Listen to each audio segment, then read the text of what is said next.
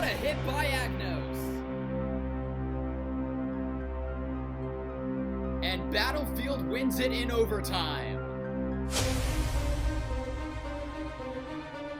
Stacy Terry hits it from 3.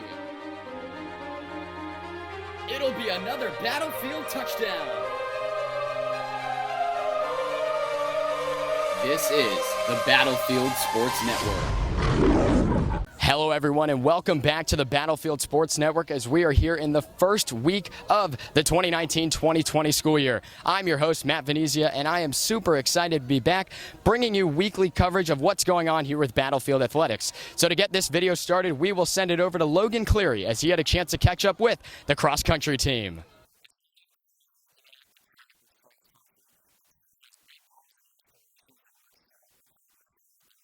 First goal is for everyone to have fun. I always want everyone to have fun. Our varsity boys team is looking really good.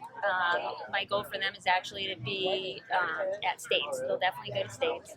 The Bobcats are looking to be one of the top teams in the Cedar Run district. They will need every runner's best time to meet that goal in this upcoming season. The plan is to just run together because if you run together, you can push each other, and then you just end up running faster because you don't want to lose to your friends. So that's how we all get better.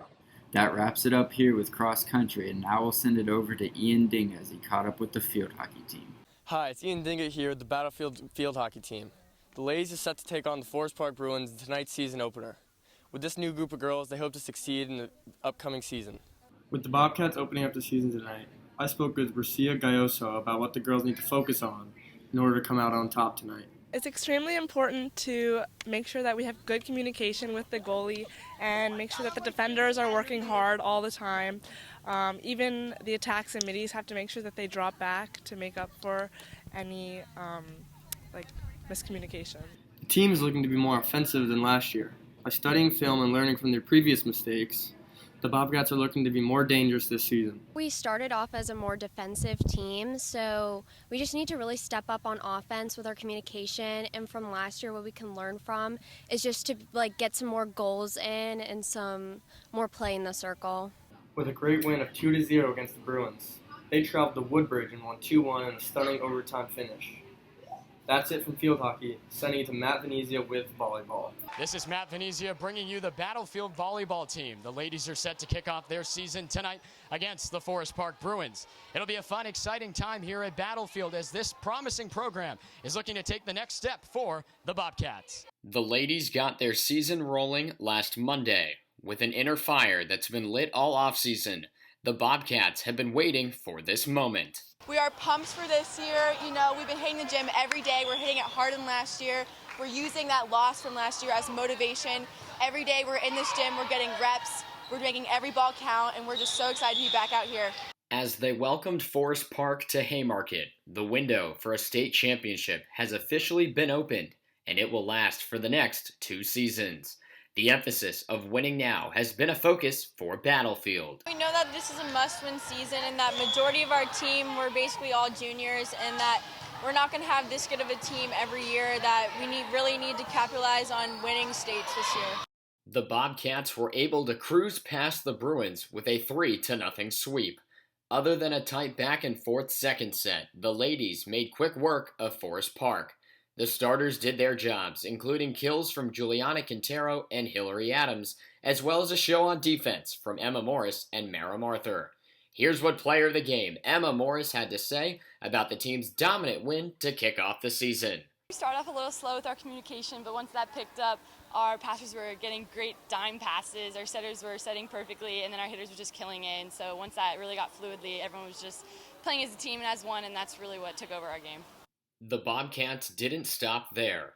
They competed the following day on the road at Woodbridge. The ladies bested the Vikings by the score of 3-1. Again, the trio of Adams, Morris, and Quintero on offense made it a tough night for the Woodbridge defense.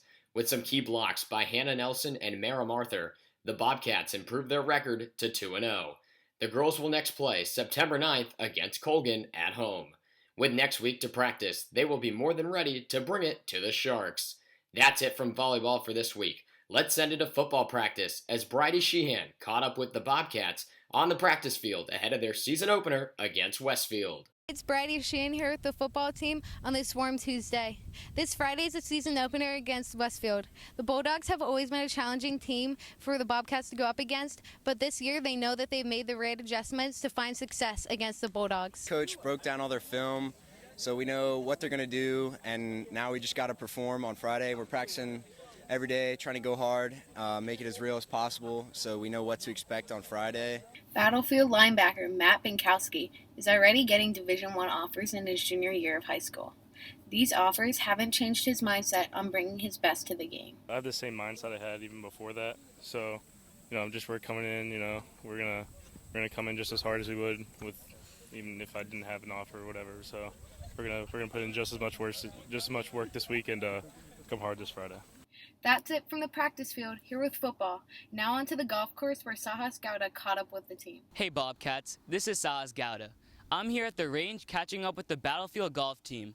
The team has started tournament play this week, and it has been a successful week for Battlefield golf. It was great. I played with a UVA commit and a Duke commit, and yeah, like you said, probably the two best players in the state, and it was a great learning experience. I did end up beating them, which was always nice, and I think the team played pretty solid as well. So we're just hoping to keep that going into districts, regionals, and states, hopefully. The team played at Independence in Richmond and finished 7th overall out of 11 teams. They know they can play better and will use this to learn and better prepare for the next tournament. It's definitely a learning experience. There's a lot of good teams down there, especially like Langley. They're definitely one of the top tier teams. And we didn't play great, we didn't play bad. We had some scores, high 70s. I think everybody left some strokes out there on the course. I don't think anybody played to their full performance. But if we want to beat Langley, we just got to bring the scores down a couple strokes and get some people in the low 70s because, while we're playing good, if we want to beat Langley, we got to play great, and everybody's got to have their A game. So I think we just got to work on saving some strokes out there. That closes our time here at the golf course. Let's now send it out to Westfield High School with Matt Venezia. The Bobcats were set to take on the Westfield Bulldogs in Week 1 of the regular season. After battling it out all offseason for an open quarterback spot, former Osborne Park Yellow Jacket Eddie Ostrander spoke about his emotions leading up to his big debut. We grinded it out. We've been grinding all summer. Just can't wait to go compete and take that dub over Westfield. The Bulldogs were victorious by the score of 51-0. The Bobcats couldn't crack the goose egg on the scoreboard, which included 6 turnovers. The defense only gave up 9 points in the second half, so there are some positives to take away from this devastating loss. The Bobcats' run game showed its potential, with running back Trey John Richards getting most of the carries. The team has a bye week next week, so they will have plenty of time to better their game and prepare for the Potomac Falls Panthers at home Friday, September 13th. As we close out this week's weekly recap, we say thank you for tuning in to this week's episode. As you can see also, we have many new faces here with the Battlefield Sports Network ready to bring you all the great coverage we have with our athletic teams throughout this season. So for now, from the Battlefield Sports Network, I'm Matt Venezia signing off.